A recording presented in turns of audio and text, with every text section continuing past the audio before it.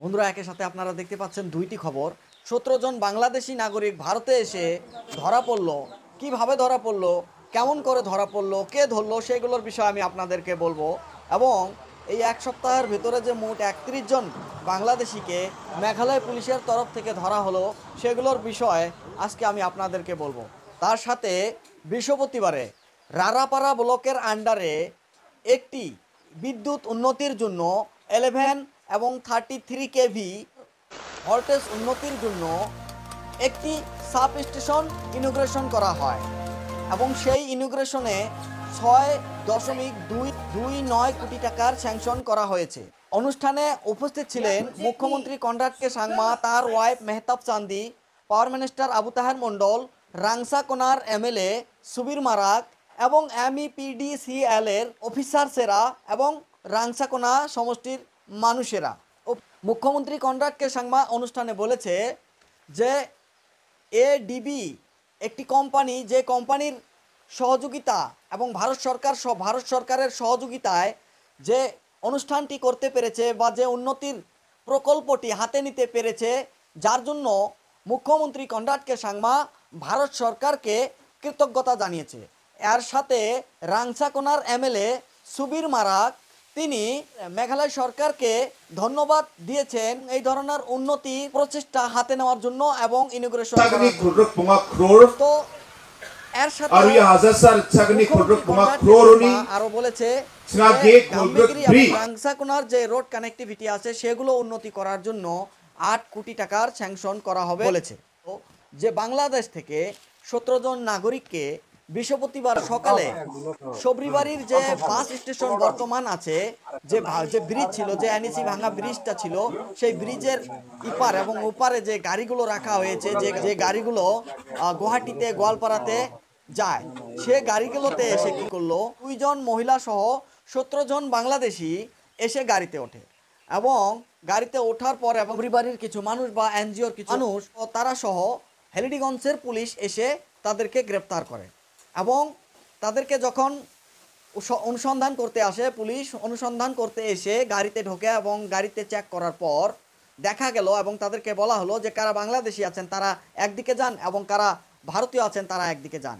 যখন এই কথা বলা হয়েছিল পুলিশের তরফ থেকে, তখন সেই গাড়িতে তারা হয়তো একটু ছাইট হয়েছিল। আর যখন তাদেরকে আধার কার্ড চিনাক্ত করা হলো, আধার কার্ড দেখানো হলো, তখন দেখা গেল যে ১৭ জন মানুষের আধার কার্ড, জালি আধার কার্ড বানিয়ে তারা বাংলাদেশ থেকে ভারতে প্রবেশ করেছে এবং তাদেরকে বিভিন্ন ধরনের প্রশ্ন করার পর তারা বলেছে যে তারা তাদের নাম কি এবং তারা কিভাবে বাংলাদেশে প্রবেশ করলো। তো যাই হোক, যে মানুষগুলো বৃহস্পতিবার সকালে সবরিবাড়ি স্টেশনে ধরা পড়লো, তাদের বিষয়ে কিন্তু আপনাদের জানা দরকার। যে মানুষগুলোকে ধরা হয়েছে তাদের নাম হলো শরীফ রায় ২৮ বছর বয়স, চয়ন রায় ২২ বছর বয়স, মিজানুর শেখ ১৯ বছর বয়স এবং সেগুলো শর্টকাটলি আমি আপনাদেরকে বলছি: হাবিব শেখ, আলমগীর শেখ, সাব্বির শেখ, সাইদুল শেখ, ইসলাম শেখ, শিপন শেখ, মারুফ শেখ, আমিন শেখ, রাজব আলী, কবির শেখ, মোহাম্মদ রবিউল ইসলাম, কবির শেখ, শাবনা শেখ, পারুল শেখ। এই যে নাগরিকেরা, এই যে বাংলাদেশি নাগরিকেরা, তারা ধরা পড়লো এবং ধরা পড়ার পর তাদের নাম এবং তারা কিভাবে আসলো তাদেরকে প্রশ্ন করে জানা গিয়েছে। এই মোট ১৭ জন বাংলাদেশি নাগরিক, এর উপরিও প্রায় ৩১ জন বাংলাদেশিকে মেঘালয়ের পুলিশ এক সপ্তাহের ভিতরে গ্রেপ্তার করেছিল। এবার প্রশ্ন আছে যে এত বাংলাদেশি কিভাবে ভারতে প্রবেশ করতে পারে? বর্ডার ফোর্স কি ঘুমিয়েছিল বর্ডারে? যারা বিএসএফ আছে তারা কি ঘুমিয়ে আছিল? না বর্ডার ফোর্স কম হয়েছে, বিএসএফ কম হয়েছে? না যে এরিয়াগুলো আছে সে এরিয়াগুলোতে কাঁটাতার নেই? না সেইখানে কোনো প্রোটেকশনের ব্যবস্থাই করা হয় নাই? এই যে ১৭ জন বাংলাদেশি যে ভারতে প্রবেশ করলো, কিভাবে করলো? একটা প্রশ্ন আসে। সরকার কিন্তু বিভিন্ন ধরনের, ভারত সরকার বিভিন্ন এলাকায় বিভিন্ন মিটিংয়ে তারা কিন্তু বলে, যখন থেকে বাংলাদেশে যে শেখ হাসিনা পালিয়ে গেল এবং বাংলাদেশের মহল যখন খারাপ হলো, তারপরে বিভিন্ন নেতারা কিন্তু বলেছে যে বর্ডার ফোর্সকে বাড়িয়ে দেওয়া হয়েছে, বর্ডার ফোর্সে হাই অ্যালার্ট করা হয়েছে। এটা মেঘালয় সরকারও বলেছিল। কিন্তু হাই অ্যালার্ট করার পরেও, বর্ডার ফোর্স বাড়িয়ে দেওয়ার পরেও ১৭ জন বাংলাদেশি ভারতে প্রবেশ করলো এবং তার আগে ১০ জন বাংলাদেশি ভারতে প্রবেশ করলো, তার পরে ৪ জন বাংলাদেশি প্রবেশ করলো, আবার আসামে 12 জন বাংলাদেশিকে গ্রেপ্তার করা হলো। তো এই যে কথাগুলো, এই কথাগুলোর কি যুক্তি এইগুলোতে আসে? যদি হাই অ্যালার্ট আছে, যদি বর্ডার ফোর্স বাড়িয়ে দেওয়া হয়েছে, যদি প্রোটেক্টিভ অ্যাকশন সেইখানে আছে, তার উপরেও বাংলাদেশিরা কিভাবে বর্ডার ক্রস করে এতদূর এসে ধরা পড়ে? অবৈধ নাগরিকেরা বলেছিল যে তারা জালি আধার কার্ড বানিয়ে বাংলাদেশ থেকে ভারতে প্রবেশ করেছিল তাদের কর্মসন্ধানের জন্য বা নিরাপত্তার জন্য, কিন্তু তাদের কামনা সফল হলো না। ফলে তারা মেঘালয় পুলিশের হাতে ধরা পড়ল যখন তারা গুয়াহাটির বাস দিয়ে আসাম বা কর্ণাটকা যাওয়ার নিয়ত করেছিল। তখনই তারা পুলিশের হাতে ধরা পড়ে। এবার প্রশ্ন আসে যে আধার কার্ড যে তারা জালি আধার কার্ড কীভাবে তৈরি করলো, কোথায় জালি আধার কার্ড বানালো? এই জালি কার্ড বানাতে কি এখানে কোনো ভারতীয় নাগরিক উপস্থিত আছে না বাংলাদেশি নাগরিক উপস্থিত আছে? আর যদি আছেই, যে বিভিন্ন ধরনের ভাষণ কিন্তু ভারত সরকারের তরফ থেকে দেওয়া হয়েছিল যে আধার কার্ড খুবই প্রোটেক্টিভ, আধার কার্ড কেউ কোনো ক্ষতিগ্রস্ত করতে পারবে না বা হবে না, কিন্তু এইবার দেখা যাচ্ছে সেই আধার কার্ডেই জালি। যদি আধার কার্ড জালি বানাতে পারছে, তাহলে সরকার কিভাবে বলতে পারে যে আধার কার্ড খুবই প্রোটেক্টিভ এবং এই প্রোটেক্টিভ আধার কার্ড কোনো ধরনের সমস্যা ক্রিয়েট করবে না? কিন্তু দেখা যাচ্ছে আধার কার্ডও মানুষ বানাতে পারছে, ইলিগেলি বানাতে পারছে। কেমন করে পাচ্ছে, কিভাবে পাচ্ছে? এগুলোতে কি কোনো ষড়যন্ত্র চলছে? যদি আধার কার্ড এত প্রোটেক্টিভ হয় এবং প্রোটেক্টিভ হওয়ার পরেও কিভাবে জালি আধার কার্ড বানাতে পারে মানুষ, সেটা একটা প্রশ্ন।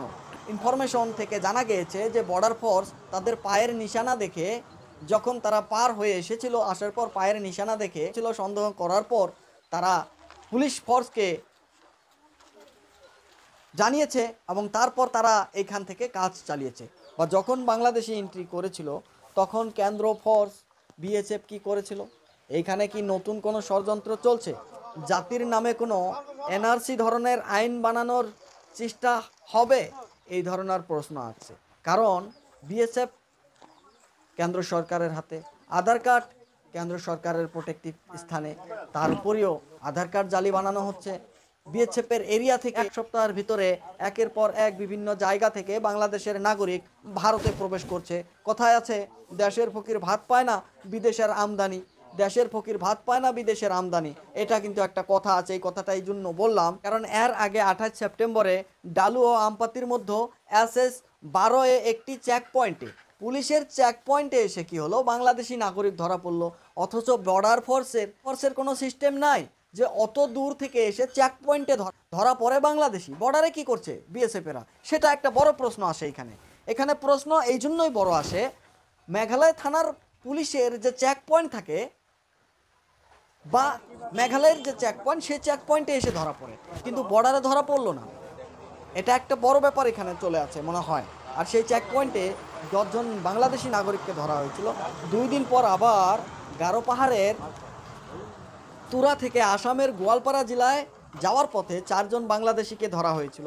এর উপরিও 1 অক্টোবরের রাতে আসামের পুলিশ মাইনকেচরের হাটসিঙ্গিমারিতে ভারত বাংলাদেশ সীমান্তর বর্ডারের কাছে 12 জন বাংলাদেশিকে ধরা হয়, যারা 2 থেকে 3 মাস আগে মেঘালয়ের ডাউকি দিয়ে ভারতে প্রবেশ করেছিল এবং নিজেদের ভারতীয় নাগরিক হিসাবে প্রমাণ করার জন্য জালি আধার কার্ড বানিয়েছিল।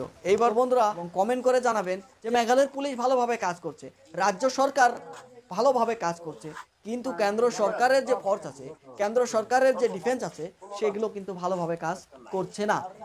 তো বন্ধুরা এখানে দেখতে পাচ্ছেন জেটা মিডিয়া নেটওয়ার্ক। খবরটা ভালো লাগলে নিশ্চয়ই খবরটা শেয়ার করবেন এবং নতুন খবর পাওয়ার জন্য আমাদের খবরটা ফলো করে রাখবেন। Thank you.